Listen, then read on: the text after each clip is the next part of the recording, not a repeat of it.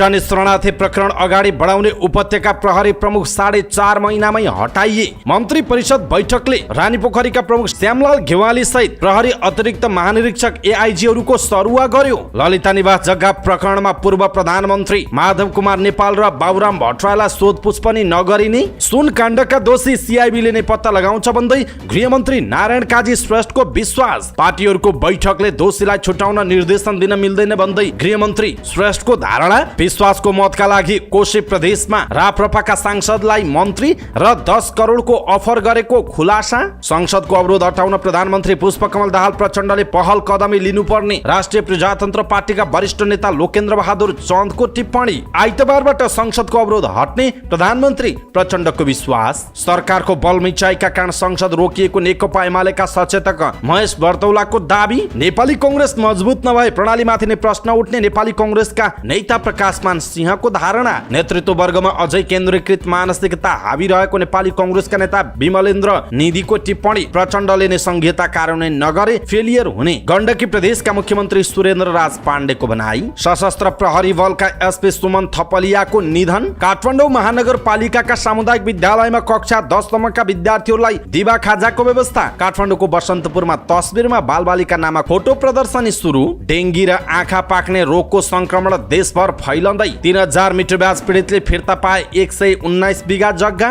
डोल्पामा 15 वर्षीय बालिकामाथि सामूहिक बलात्कार गरेको आरोपमा 3 जना पक्राउ परे। 61 वर्षमा 6 कक्षा पढ्दै बाँकेकी प्रेम कुमारी उमेरले छेकेन पढ्ने रहर। कैलालीमा लागु पदार्थ खाएर गाडी चलाउने 7 जना पक्राउ परे। तुलसीपुरबाट काठमाडौँ आउँदै गरेको बस धादिङमा दुर्घटना, 26 जना घाइते। गुल्मीको मुसिकोट नगरपालिकाका वडा अध्यक्ष मृत भेटिए। पद्मश्री पुरस्कारका लागि उत्कृष्ट 5 को सूची सार्वजनिक। नेपाली चलचित्र जुलेबीले गर्यो प्रिमियर शो। कलाकार भन्छन् सेन्सर बोर्डले यतिको स्वतन्त्रता दिनुपर्छ। भदौ महिनाका लागि वाणिज्य बैंकहरूले तोके नयाँ ब्याज दर। कुन बैंकको कति भयो ब्याज दर, यसको विषयमा पुरै जानकारी। भारतको चन्द्रयान 3 ले चन्द्रमाको नजिकबाट पठाएको तस्बिर सार्वजनिक। डडेलो फैलिएको क्यानाडाको ब्रिटिश कोलम्बियामा आपतकालको घोषणा। र प्रिमियर लिगमा नटिङहम फरेस्टले शेफिल्डलाई हरायो। आज 5 वटा खेल हुँदै।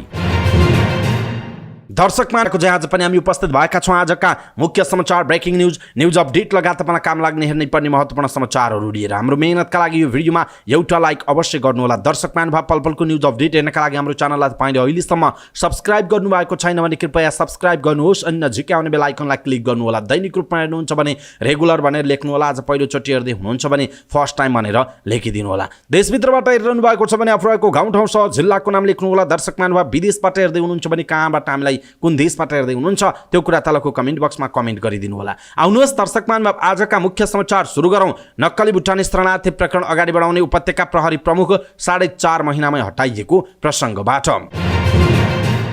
नेपाल प्रहरीका प्रहरी अतिरिक्त महानिरीक्षक एआइजीहरूको सरुवा भएको छ। मन्त्री परिषदको बैठकले उपत्यका प्रहरी कार्यालय रानीपोखरीका प्रमुख श्यामलाल घेवाली सहित एआइजीहरूको सरुवा गरेको छ। घेवालीलाई सरुवा गर्न सत्तारूढ नेपाली कांग्रेसका सभापति शेरबहादुर देउवाले प्रधानमन्त्री पुष्पकमल दाहाल प्रचण्ड र गृहमन्त्री नारायण काजी श्रेष्ठ समक्ष दबाब दिनुभएको थियो। नक्कली भुटानी शरणार्थी प्रकरणमा उपत्यका अपराध अनुसन्धान कार्यालय बानेश्वरले थप जारी लिएर दोस्रो चरणको अनुसन्धान सुरु हुन लागेका बेला उहाँको सरुवा भएको हो। देउवाले उपत्यका अपराध अनुसन्धान कार्यालयका प्रमुख डाक्टर मनोज केसीलाई पनि दबाब दिएको स्रोतले बताएको छ।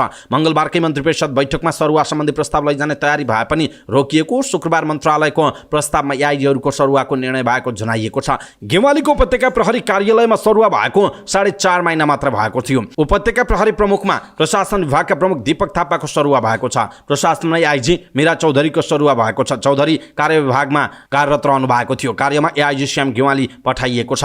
राष्ट्रिय प्रहरी प्रशिक्षण प्रतिष्ठानका प्रमुख एआइजी टेक प्रसाद राईको मानव स्रोत विभागमा सरुवा भएको छ। मानव स्रोतका प्रमुख सन्दीप भण्डारी राईको स्थानमा पठाइएको छ।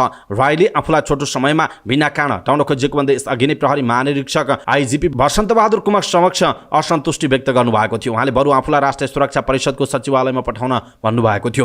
राई प्रति आतंकवाद र अन्तर्देशीय संगठित अपराध अनुसन्धान काम गर्ने प्रहरीको गुप्तचरी निकाय विशेष ब्युरोमा लामो समय काम गर्नुभएका अधिकृत हुनुहुन्छ। झण्डै 3 दशक लामो प्रहरी सेवामा उहाँले चौथो पटक प्रहरीको कुनै युनिटको नेतृत्व गरिरहनु भएको थियो। दर्शक महानुभाव, शरणार्थी प्रकरण अगाडि बढाउने उपत्यका प्रहरी प्रमुख नै 4.5 महिनामा हटाइएको छ। खास गरी श्यामलाल गेवालीलाई सरुवा गर्नका लागि सत्तारूढ दल नेपाली कांग्रेसका सभापति शेरबहादुर देउवाले प्रधानमन्त्री प्रचण्ड र गृहमन्त्री नारायण काजी श्रेष्ठलाई दबाब दिएको भनेर भनिएको छ। यसप्रति तपाईँ के भन्नुहुन्छ? कृपया एउटा कमेन्ट तलको कमेन्ट बक्समा कमेन्ट गर्नुहोला। नेपाल प्रहरीको केन्द्रीय अनुसन्धान ब्युरो सीआईबीले पूर्व प्रधानमन्त्री माधव कुमार नेपाल र डाक्टर बाबुराम भट्टराईसँग सोधपुछ समेत नगरी ललिता निवास जग्गा प्रकरणको प्रतिवेदन सरकारी वकिललाई बुझाउने तयारी गरिरहेको छ। सत्तारूढ गठबन्धन दलहरूको दबावपछि सीआईबीले नेपाल र भट्टराईसँग बयान नलिइकन अनुसन्धान टुङ्ग्याउन लागेको छ। यसअघि साउनको 21 गते सर्वोच्च अदालतले सरकारी जग्गा व्यक्तिका नाममा लैजान मन्त्री परिषदबाट भएका निर्णयाधिकारीलाई पनि अनुसन्धानको दायरामा ल्याउने आदेश नै दिएको थियो। सर्वोच्चको आदेशपछि सीआईबीले पूर्व प्रधानमन्त्री नेपाल र भट्टराईलाई बोलाएर सोधपुछ गर्ने तयारी पनि गरेको थियो। तर गएको सोमबार सत्ता गठबन्धनको बालुवाटारमा बसेको बैठकपछि सीआईबी पछाडि हट्यो। बैठकमा सत्तारूढ दलका नेताहरूले सर्वोच्चको आदेशमाथि असन्तुष्टि जनाउँदै यसलाई न्यायिक सक्रियता भन्दै प्रश्न उठाएका थिए। महान्यायाधिवक्ता दिनमणि पौखरेलको समेत उपस्थितिमा बसेको बैठकमा दुवै नेताहरूलाई बयान नलिई मुद्दा अगाडि बढाउने वातावरण बनाउन सत्तारूढ दलहरू सहमत भएको जनाइएको छ। त्यसपछि दुवै नेतासँग बयान लिने तयारीमा रहेको सीआईबी पछाडि हटेको हो। सीआईबीले सरकारी वकिलको कार्यालयमा आइतबार अनुसन्धान प्रतिवेदन बुझाउने तयारी गरिरहेको छ। ललिता निवास जग्गा प्रकरणमा असारको 12 गते यता भाटपाटिनी सुपरमार्केटका सञ्चालक मिनबहादुर गुरुङ सहित 20 जनालाई पक्राउ गरेर सीआईबीले बयान लिइसकेको छ। दर्शक महानुभाव, खास गरी देश बनाउँछौँ, अब यो देश बनाउने जिम्मा हाम्रै हो। खास गरी नयाँले केही पनि गर्दैनन्। यो भनेको चाहिँ असार साउनको भेलबाडी हो भनेर नयाँ आउने दलहरूलाई कटाक्ष गर्ने पुराना दलका नेताहरू सँगसँगै सत्तारूढ गठबन्धन, खास गरी भाषणमा अहिले पनि नेताहरू भन्छन् देशलाई विकास गर्नुपर्छ, समृद्धि गर्नुपर्छ, युवाहरूलाई अगाडि बढाउनुपर्छ भनेर हिजो मात्रै नेपाली कांग्रेसका सभापति शेरबहादुर देउवाले पनि एउटा कार्यक्रममा आफ्नो धारणा व्यक्त गर्नुभएको छ। तर नक्कली भुटानी शरणार्थी प्रकरण अगाडि बढाउने उपत्यका प्रहरीका प्रमुख श्यामलाल गेवाली लगायतका एआईजीहरूलाई 4 महिनामै सरुवा गराउने सँगसँगै आफ्नो श्रीमती लगायत आफ्नो दलका उच्च तहका नेताहरूको नाम जोडिए पछाडि अनुसन्धानलाई ढिसमिस पार्ने सँगसँगै पूर्व प्रधानमन्त्रीहरूलाई पनि अनुसन्धान गर्नुपर्छ, किनकि उनीहरूले पनि त गलत गरेका हुन सक्छन्, सोधपुछ किन नगरिएको भनेर आम जनताहरूले भनिरहँदाखेरि न्यायमूर्ति सर्वोच्च अदालतले पनि त्यो आदेश दिइरहँदाखेरि पनि सत्तारूढ केही दलका व्यक्तिहरू बसेर बालुवाटारको एउटा भवनभित्र कोठाभित्र बसेर पूर्व प्रधानमन्त्रीहरूलाई अनुसन्धान नगर्नुपर्ने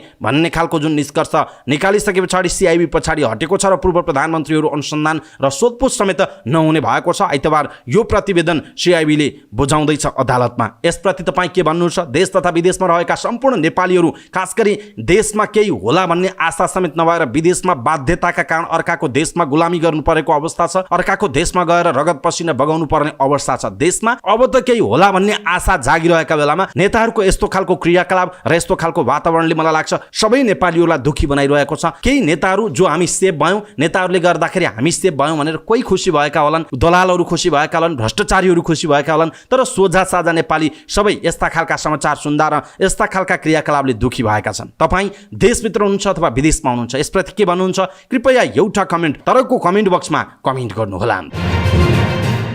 उपप्रधान तथा गृहमन्त्री नारायण काजी श्रेष्ठले सीआईबीबाट नै सुनकाण्डका दोषी पत्ता लाग्ने दावी गर्नुभएको छ। यस अघिका अनुभवमा पनि विभिन्न काण्डमा छानबिन समितिको प्रतिवेदन कार्यान्वयन नभएको बताउँदै उहाँले राज्यको संस्थागत रूपले दक्ष, जिम्मेवार र अनुसन्धानका लागि भनेर निर्माण गरिएका संरचना र संयन्त्रहरूलाई काम गर्न दिनुपर्ने र उनीहरूमाथि विश्वास गर्नुपर्ने उहाँले बताउनु भएको छ। प्रेस सेन्टर कास्कीले पोखरामा आयोजना गरेको पत्रकार सम्मेलनमा बोल्दै श्रेष्ठले एमालेले छानबिन समितिको माग राख्दै संसद अवरुद्ध गर्नु दुःखद रहेको बताउनु भयो। हाम्रो अनुभव पनि छ, एकचोटि यस्तै काण्डमा चाहिँ संसदबाट समिति बनाइयो, त्यसको रिपोर्ट आयो, सिद्धियो। अर्को एकपटक कमरेड केपी ओली नै प्रधानमन्त्री हुनुभएका बेलामा 22 किलो सुन काण्डका सन्दर्भमा एउटा छानबिन समिति बनाउनु भयो। उहाँहरूले त्यो छानबिन समितिको रिपोर्ट त आयो, तर केही पनि आएन। उहाँले भन्नुभएको छ न सुन आयो न त त्यसको सिफारिस कार्यान्वयनमा आयो, उहाँको भनाइ छ। छानबिन समितितिर जानुभन्दा पेशागत रूपमा त्यसकै लागि विकास गरिएका संयन्त्रहरू जसले अनुसन्धान र अभियोजन दुईवटै अगाडि बढाउन सक्छ, त्यहीबाट दोषी पत्ता लगाउने श्रेष्ठले बताउनु भएको छ। सीआईबीले अनुसन्धान अगाडि बढाउँदा नै दोषीहरू पत्ता लाग्ने र तिनीहरूलाई कानुनी दायरामा पनि ल्याउन सक्ने श्रेष्ठको दाबी छ। होइन भने समिति बनायो, त्यो कसले लागू गर्ने? अनुसन्धान त त्यसले गर्दैन उहाँले भन्नुभएको छ।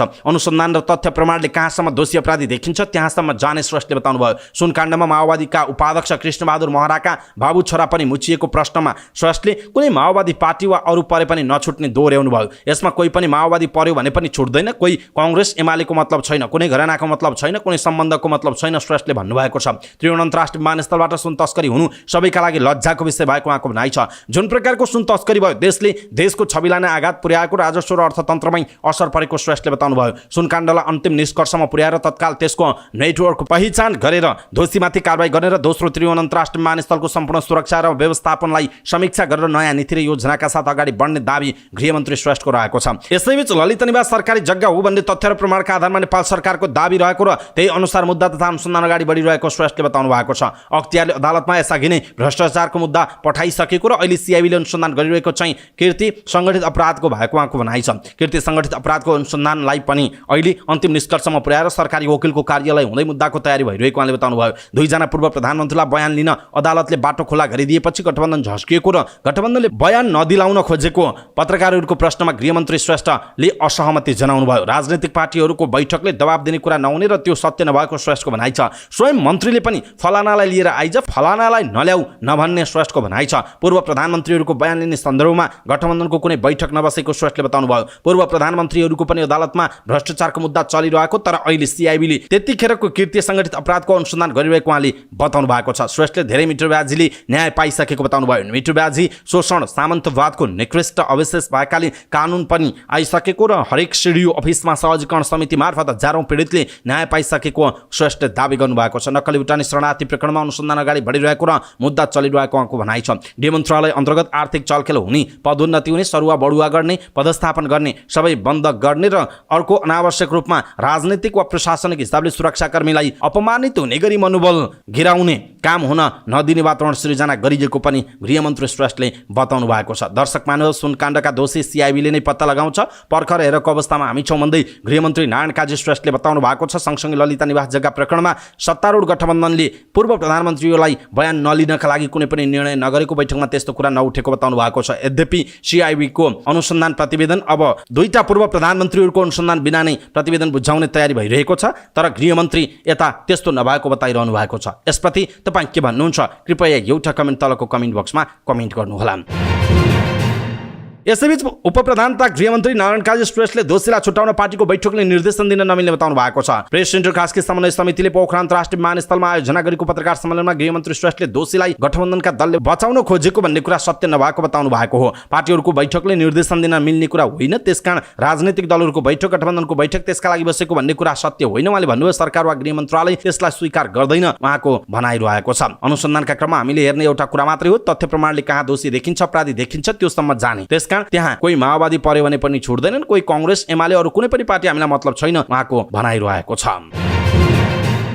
कोशी प्रदेश सभामा निर्णायक शक्ति बनेको राप्रपाका अध्यक्ष राजेन्द्र लिङदेनले गठबन्धन सरकारले विश्वासको मत लिनु अघि सांसद खरिदको प्रयास भएको खुलासा गर्नुभएको छ। लिङदेनले आफ्नो आधिकारिक फेसबुक पेज र ट्विटर मार्फत प्रदेशसभा सदस्यलाई मन्त्री र 10 करोड रुपैयाँको प्रस्ताव गरेको दावी गर्नुभयो। अध्यक्ष लिङदेनले कुन पार्टीका सांसदलाई भनेर उल्लेख नगरे पनि राप्रपाका सांसदलाई मन्त्री बनाइदिने वा 10 करोड रुपैयाँ दिने प्रस्ताव आएको निकट स्रोतले जनाएको छ। राप्रपाले मुख्यमन्त्री उद्धव थापालाई विश्वासको मत नदिने भएपछि सांसद खरिद गर्न खोजिएकाले सांकेतिक रूपमा उहाँले यो खुलासा गरेको राप्रपा स्रोतले जनाएको छ। मुख्यमन्त्री थापाले भदौ 4 गते विश्वासको मत लिने कार्यक्रम छ। गठबन्धनसँग 47 सिटको बहुमत भए पनि उपसभामुख एमालेको भएकाले उहाँ अनुपस्थित भएमा वा राजीनामा दिएमा र अन्य पार्टीका ज्येष्ठ सदस्य पनि अनुपस्थित भएमा सभाको अध्यक्षता सत्तापक्षका सांसदले गर्न साथ बहुमत पुग्ने छैन। राप्रपाले कोशीमा मात्र सत्ता साझेदारी नगर्ने भन्दै विश्वासको मत नदिने बताइसकेको छ।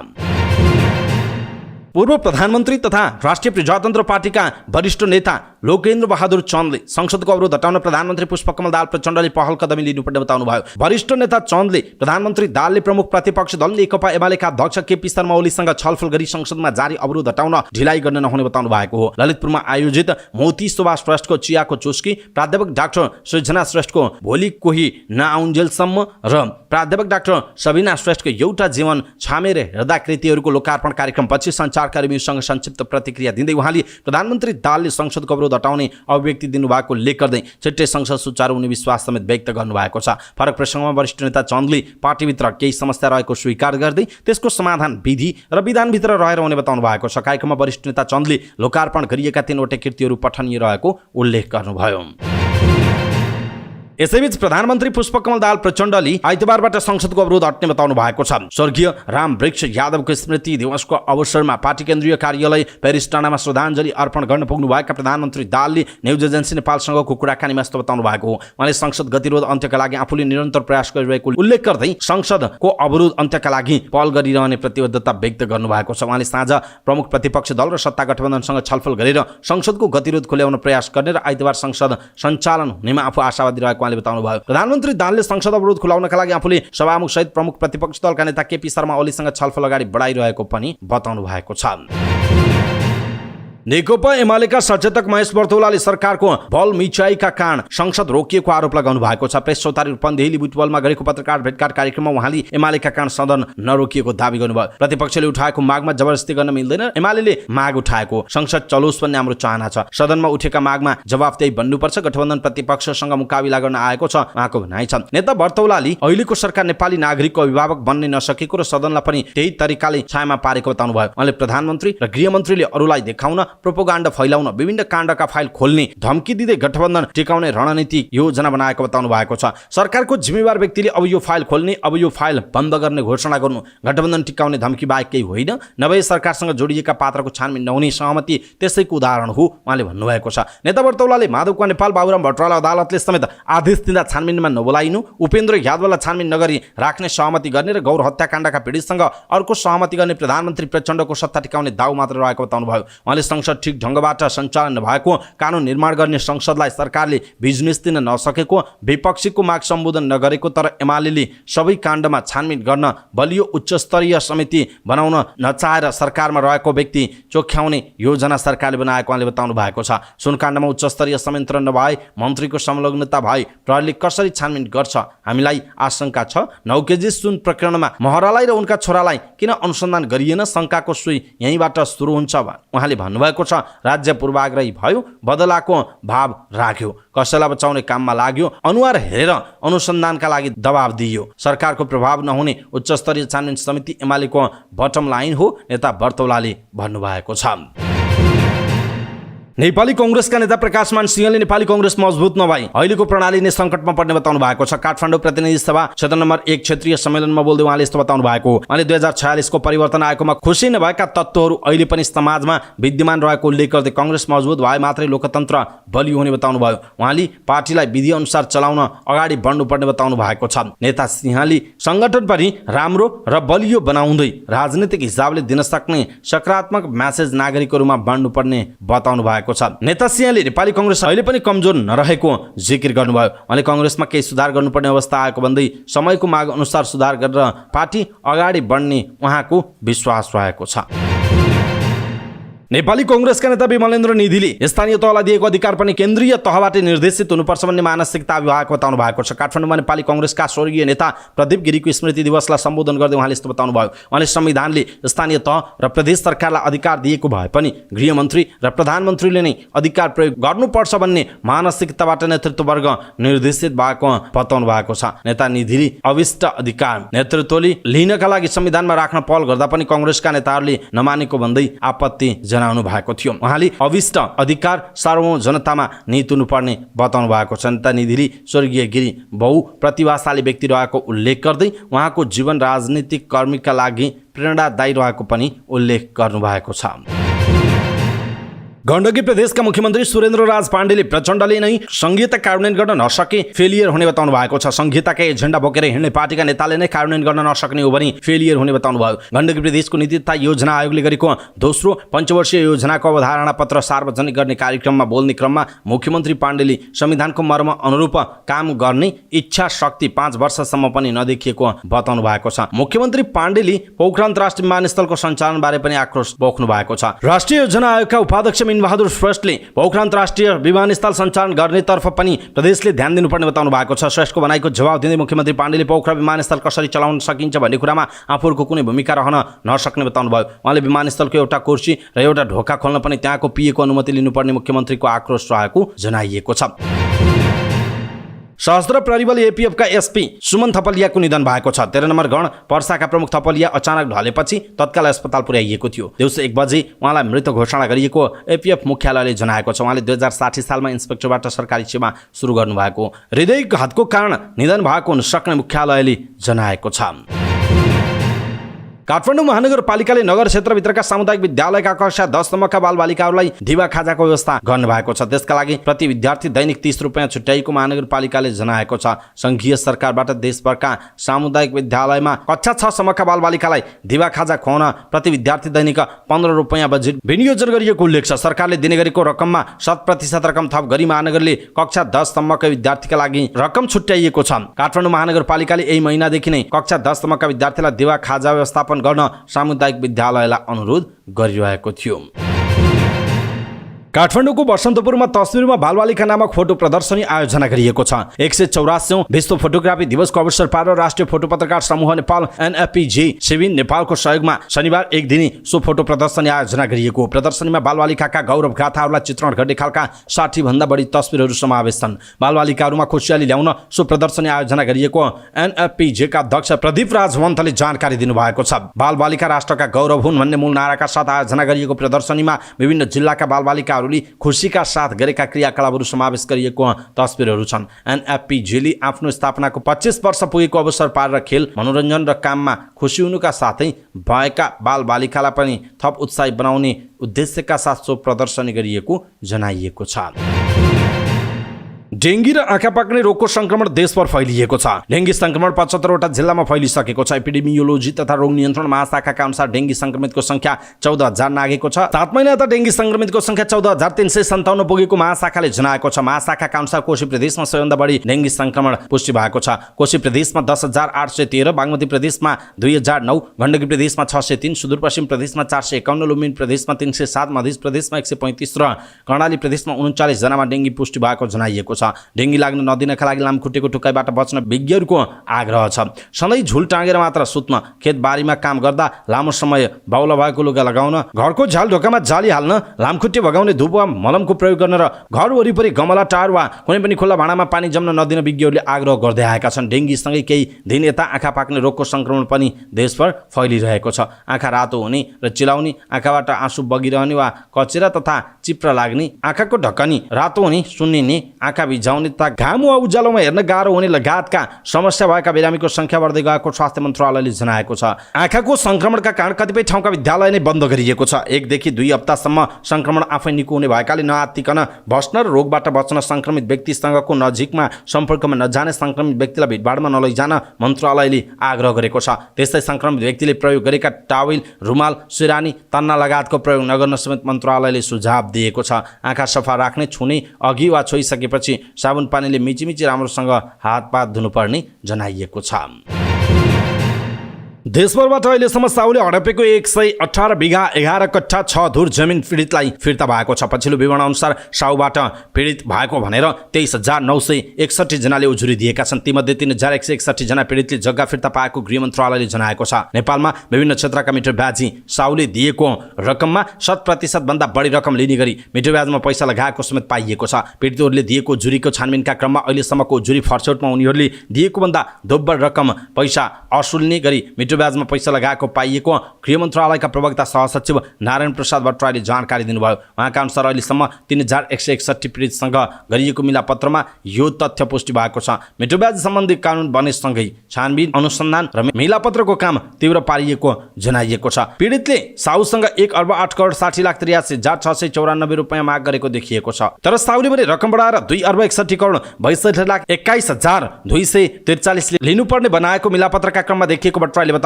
यो रकम मागेभन्दा 1.5 अर्ब भन्दा बढी रहेको उल्लेख छ। सबैभन्दा बढी मध्य प्रदेशको 69 करोड 51 लाख छ भने सबैभन्दा कम कर्णालीमा 3 करोड 6 लाख छ। अहिले सरकारले बनाएको अनुचित लेनदेन मिटर ब्याज सम्बन्धी जाँच आयोगले उजुरी लिने, मिलापत्र गराउने लगायतका काम गरिरहेको छ। गम्भीर प्रकृतिका घटना, रकम उठाउन धम्की दिने, मानसिक तथा शारीरिक यातना दिने तथा जग्गा गम्भीर तरिकाले हडप्ने जस्ता व्यक्तिको हकमा भने कारबाहीका लागि सिफारिस गर्ने अधिकार आयोगलाई छ। तर पहिलो चरणमा मिलापत्रलाई प्राथमिकता दिएर काम गरिरहेको आयोजनाका सदस्य पूर्व एआइजी उत्तम राज सुवेदीले जानकारी दिनुभयो। ढोल्पामा 15 वर्षीय बालिकालाई बलात्कार गरेको आरोपमा 3 जना पक्राउ परेका छन्। ढोल्पाको जगदुल्ला गाउँपालिकामा 9 जना युवक विरुद्ध उक्त बालिकालाई सामूहिक बलात्कार गरेको आरोप लागेको थियो, जसमध्ये पक्राउ पर्ची जारी गरेर 9 आरोपित मध्ये 3 जनालाई पक्राउ गरिएको जनाइएको छ। पक्राउ परेमा जगदुल्ला गाउँपालिका 5 का 27 वर्षीय धर्मराज बोहरा, सल्यान कुमाख गाउँपालिका 5 का 23 वर्षीय रेशम राणा, जाजरकोट गुस्से गाउँपालिका 9 का 21 वर्षीय कृष्ण विक रहेको जिल्ला प्रहरी कार्यालय ढोल्पाका प्रहरी नायब उपरीक्षक शिव बुढाथोकीले जानकारी दिनुभयो। उहाँका अनुसार अन्य आरोपित फरार छन्। घटनाको 6 महिनापछि पीडितका परिवारले जिल्ला प्रहरी कार्यालय ढोल्पामा किटानी जारी दिएको डीएसपी बुढाथोकीले बताउनु भएको छ। बलात्कृत बालिकाको पेटमा 6 महिनाको गर्भ रहेको छ। डीएसपी बुढाथोकीले भन्नुभयो, बालिकाको पेटमा बच्चा हुर्कँदै गएको परिवारले थाहा पाएपछि उनीहरूको नाममा किटानी जारी दिनुभएको छ। फरार रहेकाहरूको खोजी कार्य भइरहेको छ, उहाँको भनाइरहेको छ। कक्षामा वरिपरि नाति नातिना उमेरका सहपाठी छन्। उनीहरूको बीचमा हजुरआमा उमेरकी 61 वर्षीय प्रेमकुमारी गिरीले ध्यान दिएर पढ्नुहुन्छ। माकेको कोहलपुर नगरपालिका 11 बगियामा रहेको ज्ञानज्योति माध्यमिक विद्यालयमा कक्षा 6 मा अध्ययनरत गिरी कक्षा कोठाको अघिल्लो लाइनमा बस्नुहुन्छ। कक्षामा नियमित उपस्थित हुने उहाँका अरू विद्यार्थी सरह पढाइमै ध्यान केन्द्रित हुन्छ। ज्ञानज्योति माविको कक्षा 6 मा दिनहुँ देखिने यो दृश्य हिजो आज धेरैलाई आश्चर्यचकित बनाएको छ। यसले सबैलाई खुसी पनि तुल्याएको छ। कोहलपुर 5 एनसीसीएन टोल निवासी गिरी इच्छाशक्ति भाइ पढाइलाई उमेरले छेक्न नसक्ने गतिलो उदाहरण बन्नु भएको छ। हरेक व्यक्तिले शिक्षा अनिवार्य लिनुपर्छ, पढाइभन्दा ठुलो चिज जीवनमा अरू केही छैन। उहाँले भन्नुभयो, नाति नातिनासँग पढ्न पाउँदा र छोराहरूले मलाई सिकाउँदा निकै खुसी लागिरहेको छ, उहाँको भनाइरहेको छ। प्रेम कुमारीले आफ्ना 6 सन्तान हुर्काइसक्नु भएको छ। उहाँका छोराछोरी आफ्नो व्यापार व्यवसायमा सक्रिय रहेको जनाइएको छ। कान्छी छोरी उच्च शिक्षाका लागि अस्ट्रेलियामा हुनुहुन्छ। पढ्ने इच्छा हुँदाहुँदै पनि विगतमा घर परिवार र छोराछोरी हुर्काउँदा विद्यालय जान नपाएको उहाँको भनाइ छ। अहिले घर परिवारमा फुर्सद मिलेपछि विद्यालय भर्ना भएर पढाइ सुरु गरेको प्रेम कुमारीले बताउनु भएको छ। आफ्नो वडाको विद्यालय घरबाट टाढा पर्ने भएका कारण वडा नम्बर 11 मा रहेको विद्यालयमा भर्ना भएको उहाँको भनाइ छ। ज्ञानज्योति माविको कक्षा 6 मा 77 विद्यार्थी छन्। विद्यालयमा नियमित रूपमा उपस्थित हुने प्रेम कुमारीको कक्षा कोठा सिकाइ स्तर सामान्य रहेको विद्यालयका प्रधानाध्यापक गोविन्द ढकालले बताउनु भएको छ। मलाई पढ्ने रहर लाग्यो, विद्यालयमा भर्ना गरिदिनुहोस् भनेपछि कक्षा 6 मा प्रेम कुमारलाई भर्ना गरिदिएको प्रधानाध्यापक ढकालले जानकारी दिनुभयो। 568 विद्यार्थी रहेको सो विद्यालयमा कक्षा 6 मा अन्य 2 विद्यार्थी पनि 30 वर्ष माथिका उमेर समूहका रहेको प्रधानाध्यापक ढकालले बताउनुभयो। विद्यालयले आयोजना गरेको विद्यार्थीसँग मेयर कार्यक्रममा कोहलपुर नगरपालिकाका मेयर पूर्णप्रसाद आचार्यले बिहिबार 61 वर्षीय विद्यार्थी प्रेम कुमारी गिरीलाई सम्मान पनि गर्नुभएको छ। उहाँले इच्छाशक्ति भाइ जुनसुकै उमेरमा पनि पढाइ गर्न सकिने कुरालाई प्रेम कुमारीले पुष्टि गरेको भन्दै खुसी व्यक्त गर्नुभयो। प्रेम कुमारीले पढ्ने गरेको सकारात्मक कार्यको अन्य दिदीबहिनी तथा आमाहरूले पनि देखासेखी गरी अध्ययन कार्य गर्न लाज नमान्न पनि नगरका मेयर आचार्यले आग्रह गर्नुभयो। दर्शक महानुभाव, 61 वर्षमा 6 कक्षामा पढ्दै बाँकीकी प्रेम कुमारी उमेरले छेकेन पढ्ने रहर भन्दै राष्ट्रिय समाचार समितिको यो समाचार हामीले समय सापेक्ष ठानेर यहाँहरूमाझ प्रस्तुत गर्यौँ। तपाईहरुलाई यो विषय कस्तो लाग्यो? प्रेम कुमारी गिरीको जुन यो इच्छाशक्ति छ, यो इच्छाशक्तिलाई तपाईँ के भन्नुहुन्छ? कृपया कम्तीमा एउटा कमेन्ट तलको कमेन्ट बक्समा कमेन्ट गर्नुहोला। कैलालीमा लागू पदार्थ सेवन गरेर सवारी साधन चलाएको आरोपमा 7 जना पक्राउ परेका छन्। जिल्ला ट्राफिक प्रहरी कार्यालयले लागू औषध परीक्षण किटले परीक्षण गर्दा सेवन गरेको अवस्थामा सवारी साधन चलाइरहेका 7 जनालाई पक्राउ गरेको हो। जिल्ला ट्राफिक प्रहरी कार्यालयका प्रमुख प्रहरी निरीक्षक वीरेन्द्र जोहारीले शुक्रबार र शनिबार लागू पदार्थ सेवन लापसे परीक्षणका क्रममा उनीहरूलाई नियन्त्रणमा लिएको जानकारी दिनुभयो। उनीहरू सबैलाई थप कारबाहीका लागि जिल्ला प्रहरी कार्यालय कैलालीको जिम्मा लगाइएको प्रहरी निरीक्षक जोहारीले बताउनु भएको छ। पृथ्वी राजमार्ग अन्तर्गत धादिङको बेनीघाट रोराङ गाउँपालिका 9 होगदी खोला नजिक यात्रुवाहक बस दुर्घटना हुँदा 26 जना यात्रु घाइते भएका छन्। दाङको तुलसीपुरबाट काठमाडौँतर्फ आउँदै गरेको बागमती प्रदेश 030001 ख 2675 नम्बरको बस बिहान सडकको दाहिने किनारमा पल्टिएको जनाइएको छ। बिहान करिब 5 बजे भएको दुर्घटनामा परि घाइते भएका 5 जनालाई उपचारका लागि काठमाडौँ ल्याइएको जिल्ला प्रहरी कार्यालय धादिङका प्रहरी नायब उपरीक्षक सन्तु लाल प्रसाद जयसवालले जानकारी दिनुभयो। अन्य घाइतेको मलेखु स्थित राजमार्ग अस्पताल र नजिकका स्वास्थ्य संस्थामा उपचार भइरहेको छ। प्रहरी नायब उपरीक्षक जयसवालका अनुसार घाइते सल्यान सवेश्वरी 3 का 24 वर्षीय राजेन्द्र पुन, उनका छोरा 6 वर्षीय आशिष केसी र सल्यान जिल्ला बागचौर नगरपालिका 10 का 50 वर्षीय मानबहादुर खड्काको अवस्था गम्भीर छ। दुर्घटना भएपछि प्रहरी र स्थानीयले उद्धार गरेको जनाइएको छ। गुल्मीको मुसिकोट नगरपालिका 1 पौदी अमराईका वडाध्यक्ष मोहन घिमिरे मृत अवस्थामा भेटिएका छन्। बिहान करिब 5 बजेको समयमा फेसबुक स्ट्याटस लेखेर अलविदा उल्लेख गरेका घिमिरे बिहान 7:30 बजे रुखमा झुन्डिएको अवस्थामा फेला परेका हुन्। घरबाट करिब 1.5 घण्टाको दूरीमा रहेको घन्टुङ भन्ने जंगलमा घिमिरे मृत भेटिएको जिल्ला प्रहरी कार्यालय गुल्मीका प्रहरी उपरीक्षक एसपी नवीन किशोर प्रधानले जानकारी दिनुभएको छ। वडाध्यक्ष घिमिरेले आफ्नो फेसबुकमा परिस्थितिको चपेटामा परेपछि बाँच्नुको अर्थ हुँदो रहेनछ, प्रिय अनिता साथ निभाउन सकेन, मलाई माफ माफ गरी घर परिवार साथीभाइ शुभचिन्तक सबैसँग माफी चाहन्छु, अलविदा भनेर स्टाटस लेख्नु भएको छ। शुक्रबार अपराह्न घरबाट वडाको काममा निस्किनुभएका वडा अध्यक्ष रातभर घर नफर्केको पारिवारिक स्रोतले जनाएको छ। घिमिरे नेपाली कांग्रेस मुसिकोट नगरपालिका नगर कमिटीका अध्यक्ष समेत हुनुहुन्छ। घटनाबारे थप अनुसन्धानका लागि जिल्ला प्रहरी कार्यालय गुल्मीबाट प्रहरी निरीक्षक सहितको टोली खटिएको प्रहरी उपरीक्षक प्रधानले बताउनु भएको छ। पद्मश्री साहित्यिक पुरस्कार 2079 का लागि उत्कृष्ट 5 पुस्तकको सूची सार्वजनिक भएको छ। दोस्रो चरणमा विस्तारित सूचीका 15वटा पुस्तकबाट उत्कृष्ट 5 पुस्तक छनौट गरिएको खेमलाल हरिकला लामिछाने समाज कल्याण प्रतिष्ठानका अध्यक्ष जीवा लामिछानेले जानकारी दिनुभएको छ। उत्कृष्ट 5 पुस्तकहरूमा सुबिन भट्टराईको इजोरिया, विवेक ओझाको ऐठन, डाक्टर देवी प्रसाद सुवेदीको मनु, प्रदीप रोदनको मफलर र डाक्टर नवराज केसीको शून्यको मूल्य रहेका छन्। पुरस्कारका लागि 180 पुस्तक प्रतिष्ठानमा दर्ता भएका थिए। अब यी 5 मध्येबाट उत्कृष्ट एक पुस्तकले पद्मश्री पुरस्कार पाउनेछ। यो पुरस्कार विक्रमसम्म 2063 देखि प्रदान गर्न थालिएको हो। नेपाली चलचित्र जुलेबीको प्रिमियर शो भएको छ। काठमाडौँमा कार्यक्रमका बीच चलचित्रको प्रिमियर शो भएको हो। प्रिमियर शो पछि बोल्दै अभिनेत्री सुरक्षा पन्तले एउटा कलाकार भइसकेपछि ओपन भएकै राम्रो हुने बताएकी छिन्। उनले गम्भीर र कन्ट्रोभर्सी एवं सेन्सिटिभ विषयवस्तु नउठाउने हो भने कलाकार र अन्य नागरिकमा फरक नहुने बताएकी हुन्। उनले चलचित्रमा न्युड सिन दिँदा केही डर लागे पनि सेन्सर बोर्डले यति स्वतन्त्रता दिएकोमा खुसी व्यक्त गरेकी छिन्। यस्तै फिल्म हेरिसकेपछि चलचित्रका अभिनेता सुशील सिटौलाले आफूले फिल्मका लागि बेस्ट दिएको र अझै आगामी दिनमा बेस्ट दिँदै जाने बताएका छन्। उनले अभिनेत्री रजकले कलाकारिता गरेर मात्रै घरमा चुलो नबल्ने बताएका छिन्। उनले धेरै बजेट पाउने आशामा आफूले काम नगरेको बताएका छिन्। चलचित्रमा सुरक्षा पन्त, उषा रजक, निशा अधिकारी र मोनिका थापाको मुख्य भूमिका रहेको चलचित्रमा सुशील सेटोला, पुष्कर कार्की, तुफान थापा लगायत कलाकारको अभिनय छ। एन्थोलोजी जनरामा निर्माण भएको चलचित्रमा 4Q एन्टरटेनमेन्टको ब्यानरमा निर्माण भएको चलचित्र गणेशदेव पाण्डेले निर्देशन गरेका छन्। विवेक खड्काको छायाङ्कन र अञ्जय खड्काको सम्पादन रहेको चलचित्रका निर्माता आभा शर्मा नेपाल रहेको उल्लेख गरिएको छ। वाणिज्य बैंकहरूले भदौ महिनाका लागि नयाँ ब्याज दर सार्वजनिक गरेका छन्। केही बैंकले ब्याज दर घटाएका छन् भने केही बैंकहरूले बढाएका छन्। केही बैंकले भने ब्याज दरमा कुनै परिवर्तन गरेका छैनन्। नयाँ ब्याज दर भदौको 1 गतिबाट लागू भएको छ। नयाँ ब्याज दर अनुसार बैंकहरूको अधिकतम ब्याज दर 10.89% देखिएको छ। कुमारी बैंक, ग्लोबल आइएमए, कृषि विकास bank, Nepal bank, NIC Asia, Sanima र सिटिजन्स बैंकले व्यक्तिगत मुद्दती निक्षेपमा यो दरमा ब्याज दिने जनाइएको छ। संस्थागत तर्फै बैंकहरूले अधिकतममा 8.89% का दरले ब्याज दिने जनाएका छन्। एभरेस्ट र प्रभु बैंकले व्यक्तिगत मुद्दतीमा अधिकतम 10% तथा राष्ट्रिय वाणिज्यमा छापुश्री Siddhartha, Himalayan, SBI, Nepal investment Mega र एनएमबी बैंकले व्यक्तिगत मुद्दतीमा अधिकतम 9.99% सम्म ब्याज दर दिने जनाइएको छ। लक्ष्मी सनराइजले 10.40 तथा नविलले 10.49% सम्म ब्याज दर दिनेछन्। सबैभन्दा कम ब्याज दर स्ट्यान्डर्ड चार्टर बैंकको छ। यो बैंकले मुद्दती निक्षेपमा अधिकतम 8.92% र संस्थागत तर्फ 6.92% का दरले ब्याज दिने जनाएको छ।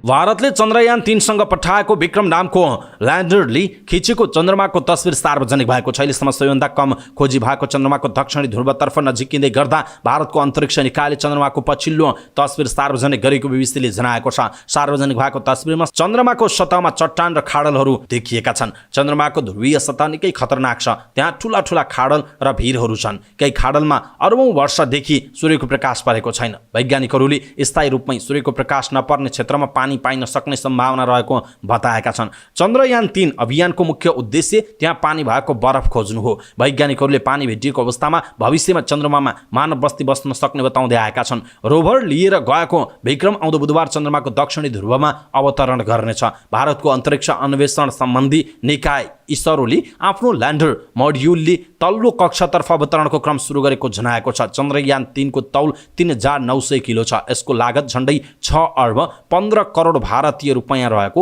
उल्लेख गरिएको छ। क्यानाडाको पश्चिमी क्षेत्र डडेलुको उच्च चपेटामा परेको छ। त्यहाँको ब्रिटिस कोलम्बिया प्रान्तमा आपतकालीन अवस्थाको घोषणा गरिएको छ।